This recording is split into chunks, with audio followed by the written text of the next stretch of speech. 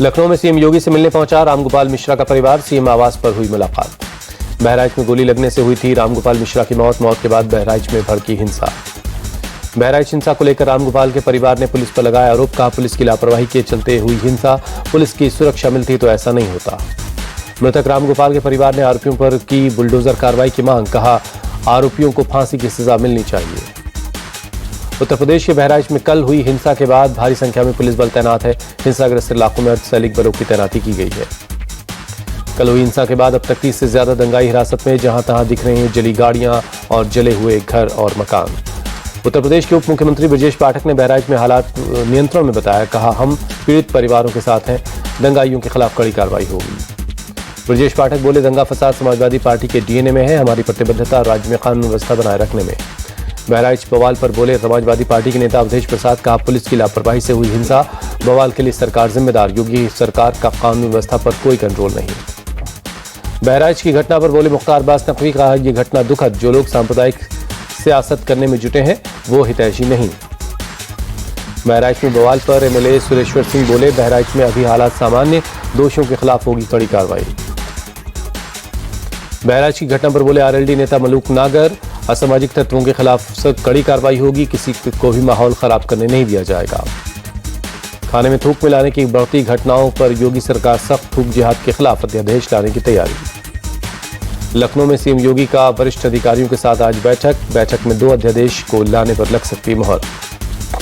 चुनाव आयोग की प्रेस कॉन्फ्रेंस आज दोपहर 3:30 बजे प्रेस कॉन्फ्रेंस कर विधानसभा चुनाव की तारीखों का हुआ ऐलान। महाराष्ट्र और झारखंड में अगले महीने होने वाले हैं विधानसभा चुनाव। यूपी में उपचुनाव की तारीखों का भी ऐलान हो सकता है। ईवीएम को लेकर विपक्षी दलों के सवालों पर बोले मुख्य चुनाव आयुक्त राजीव कुमार, 100% फुल प्रूफ है ईवीएम। जनता मतदान में हिस्सा लेकर हर सवालों का जवाब देती है।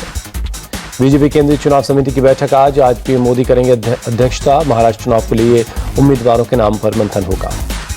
महाराष्ट्र विधानसभा चुनाव को लेकर बोले कांग्रेस प्रदेश अध्यक्ष नाना पटोले। कहा, सीट बंटवारे की बैठक पूरी नहीं हो पाई है। महाविकास अघाड़ी 288 सीटों पर चुनाव लड़ेगी। महाराष्ट्र में 7 एमएलसी की नियुक्ति पर बोले नाना पटोले। कहा, कैसे संवैधानिक व्यवस्था से बेईमानी की जाती है, ये बीजेपी पूरे देश को सिखा रही है। राजेश ठाकुर ने हरियाणा के साथ महाराष्ट्र का चुनाव नहीं करवाए जाने पर उठाया सवाल। हरियाणा में 3 नवंबर तो महाराष्ट्र में 26 नवंबर तक पिछली सरकार। झारखंड विधानसभा चुनाव की तारीखों की घोषणा को लेकर बोले जेएमएम नेता मनोज पांडे। कहा, बीजेपी की थी तारीखों की घोषणा की जानकारी, किसी आयोग को कठपुतली बनाकर रखना गंभीर बात है। झारखंड में जेएमएम और कांग्रेस पर बीजेपी प्रवक्ता प्रतुल शाहदेल का पलटवार। कहा, चुनाव आयोग म्याद पूरी होने के 6 महीने पहले तक करवा सकता है चुनाव। महाराष्ट्र और झारखंड में विधानसभा चुनाव को लेकर बोले बीजेपी नेता मुख्तार अब्बास नकवी। कहा, बीजेपी वो पार्टी नहीं जो एक परीक्षा पास करने के बाद विदेश घूमने चली जाए। झारखंड विधानसभा चुनाव को लेकर जेएमएम की तैयारी तेज। 81 सीटों पर चुनाव लड़ेंगे सीएम हेमंत सोरेन और सहायक दल। झारखंड के रांची में कांग्रेस नेता मंजू कुमारी बीजेपी में शामिल हुई। असम के सीएम हेमंत बिस्वा शर्मा और बीजेपी के प्रदेश अध्यक्ष बाबूलाल मरांडी मौजूद रहे। जम्मू कश्मीर में 16 अक्टूबर को उमर अब्दुल्ला लेंगे मुख्यमंत्री पद की शपथ। सुबह 11:30 बजे शपथ ग्रहण समारोह होगा। उमर अब्दुल्ला को राजभवन की तरफ से इन्विटेशन लेटर सौंपा गया। श्रीनगर के शेर कश्मीर इंटरनेशनल कॉन्फ्रेंस सेंटर में होगा शपथ ग्रहण। हरियाणा में 17 अक्टूबर को हो गया नई सरकार का गठन। नायब सिंह सैनी का दूसरी बार सीएम बनना तय। 16 अक्टूबर को विधायक दल की बैठक में चुना जाएगा नेता। पंचकुला के दशहरा ग्राउंड में होगी नए सीएम का शपथ। पीएम मोदी समेत बीजेपी शासित राज्यों के सीएम और एनडीए के बड़े नेता मौजूद रहेंगे। पंजाब में 9,398 ग्राम पंचायतों के लिए मतदान जारी है। लुधियाना में मतदान केंद्रों पर लोगों की लंबी लंबी कतारें हैं। कुल 19,110 मतदान केंद्रों पर बैलेट पेपर से डाले जा रहे वोट। आज शाम से आने शुरू हो जाएंगे नतीजे। पंजाब में सरपंच और पंच के 48,861 उम्मीदवारों के पहले ही सर्वसम्मति से चुनाव हो चुका है। 9,398 ग्राम पंचायतों के लिए आज वोट डाले जा रहे हैं। पंजाब के कृषि मंत्री गुरमीत सिंह खुड्डिया ने अपने गांव खुड़िया में वोट किया। गांव वालों से भी ग्राम पंचायत चुनाव में मतदान करने की अपील की। पंजाब के अमृतसर में ग्राम पंचायत के लिए मतदान जारी है। मुलेचक के एक मतदान केंद्र पर वोटिंग के लिए लोगों की भीड़ है। एक बार फिर चर्चा में पटना में डिप्टी सीएम सम्राट चौधरी का बंगले से जुड़े वास्तु दोष को मिटाने के लिए बंगले के पीछे के गेट का करवाया गया बंद। गेट को बंद कर खड़ी की जा रही ऊंची दीवार। बंगले में रहने वाले डिप्टी सीएम पूरा नहीं कर पाते अपना कार्यकाल। पीछे के गेट को बंद करने के बाद सियासी आरोप प्रत्यारोप का दौर शुरू हुआ। खालिस्तानी उग्रवादी निज्जर के मामले में भारत और कनाडा के बीच बड़ा तनाव। भारत सरकार ने कनाडा के उच्चायुक्त समेत 6 राजनयिकों को निकाला। विदेश मंत्रालय ने कनाडा के उच्चायुक्त को किया तलब। राजनयिकों को 19 अक्टूबर की रात 12 बजे से पहले देश छोड़ने के लिए कहा। भारत सरकार ने कनाडा से राजनयिक रिश्ते खत्म किए। भारतीय उच्चायुक्त समेत सभी राजनयिकों को कनाडा से वापस भारत बुलाने का फैसला लिया। विदेश मंत्रालय ने कहा, भारतीय उच्चायुक्त पर बेबुनियाद आरोप बर्दाश्त नहीं। ट्रूडो सरकार के एक्शन ने भारतीय डिप्लोमेट की सुरक्षा को खतरे में डाल दिया। कनाडा और भारत के तनाव के बीच जस्टिन ट्रूडो की सफाई। कहा, हमने भारत के साथ रिश्तों में तनाव पैदा करने का विकल्प नहीं चुना। भारत की सख्ती के बाद पीएम ट्रूडो ने दोनों देशों के लोगों के आपसी रिश्तों की दुहाई दी। कहा, लोगों के बीच गहरे ऐतिहासिक और कारोबारी रिश्ते हैं। कनाडा के उच्चायुक्त डी अफेयर स्टीवर्ट व्हीलर ने निज्जर कांड में सबूत मुहैया करवाने की बात कही। बोले, भारत को उन सभी आरोपों पर गौर करना चाहिए। कनाडा में भारत के पूर्व उच्चायुक्त केपी फेबियन ने ट्रूडो के खालिस्तानियों के साथ बताया। कहा, जब तक कनाडा में सरकार नहीं बदलती तब तक हालात ऐसे ही रहने वाले हैं। पीएम मोदी ने भारत मंडपम में वर्ल्ड टेलीकम्युनिकेशन स्टैंडर्डाइजेशन असेंबली 2024 का उद्घाटन किया। बोले, टेलीकॉम और संबंधित टेक्नोलॉजी के मामले में अग्रणी देशों में है एक भारत। पीएम मोदी बोले, भारत में मोबाइल का यूज करने वालों की संख्या 120 करोड़। भारत में दुनिया का 40% से ज्यादा डिजिटल लेन देन है। 2014 से पहले देश में थे सिर्फ 2 मोबाइल प्लांट। पीएम मोदी बोले, देश में आज 200 से ज्यादा मोबाइल फोन प्लांट हैं। मोबाइल निर्यातक देश के रूप में जाने जाना लगा है भारत। पीएम मोदी ने भारत मंडपम में WTACSA 2024 में प्रदर्शनी का निरीक्षण किया। केंद्रीय मंत्री ज्योतिरादित्य सिंधिया भी मौजूद रहे। 5G को लेकर सिंधिया का बड़ा बयान। बोले, 5G से 2040 तक अर्थव्यवस्था में $450 बिलियन का योगदान होगा। दिल्ली के भारत मंडपम में बोले सिंधिया, सिर्फ 22 महीने में 5G टेक्नोलॉजी देश के 98% जिलों और 80% आबादी तक पहुंच जाएगी। दिल्ली में हुई भारत और ऑस्ट्रेलिया के बीच 2+2 सचिव स्तर की बातचीत। हिंद प्रशांत क्षेत्र में शांति, समृद्धि और प्रगति के लिए मिलकर काम करने पर जोर। विदेश मंत्रालय के प्रवक्ता रणधीर जायसवाल ने ट्वीट कर दी जानकारी। श्रीलंकाई नौसेना ने 51 भारतीय मछुआरों को रिहा किया। चेन्नई एयरपोर्ट पर सरकार ने रिसीव किया। दिल्ली में विकसित भारत के लिए प्रौद्योगिकी में प्रगति पर IFQM संगोष्ठी। IT मंत्री अश्विनी वैष्णव शामिल हुए। S परमेश बने भारतीय तटरक्षक बल के नए प्रमुख। पदभार संभालने के बाद दिया गया गार्ड ऑफ ऑनर। देहरादून में सीएम धामी ने दिए अपॉइंटमेंट लेटर। विभिन्न विभागों के लिए चयनित अधिकारियों को अपॉइंटमेंट लेटर दिए गए।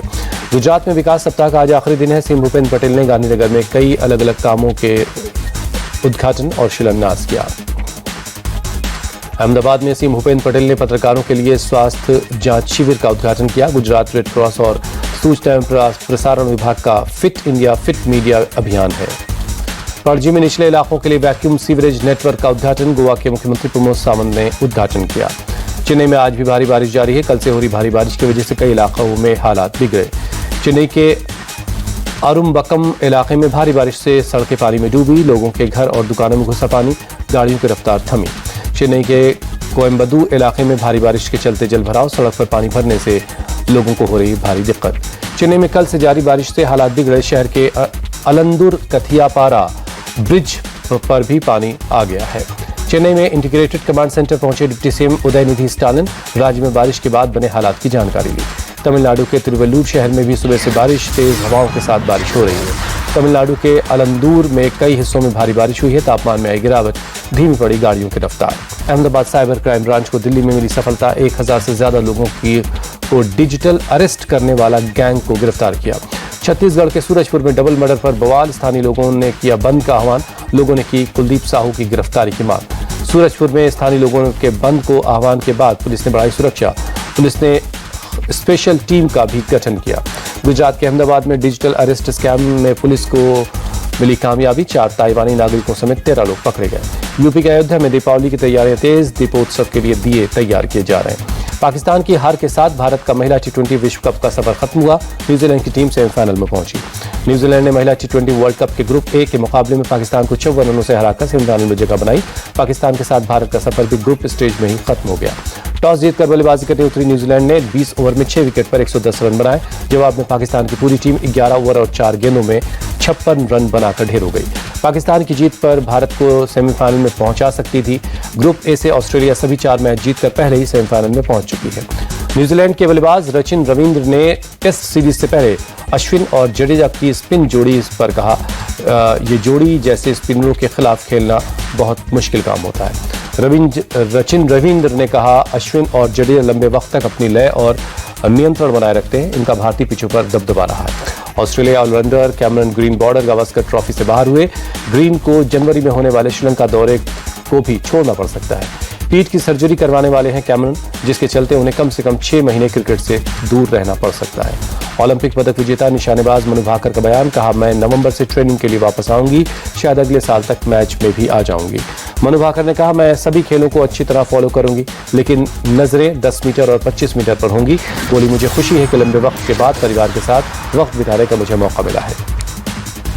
न्यूजीलैंड के खिलाफ टेस्ट सीरीज से पहले भारतीय कोच गौतम गंभीर ने दिया विराट कोहली पर बयान, कहा विराट के अंदर रनों की भूख है, न्यूजीलैंड ऑस्ट्रेलिया के खिलाफ बनाएंगे ज्यादा run. ISSF world cup final में भारत की सोनम उत्तमस्कर ने जीता सिल्वर। 10 मीटर एयर राइफल महिला स्पर्धा में 252.9 के स्कोर के साथ जीता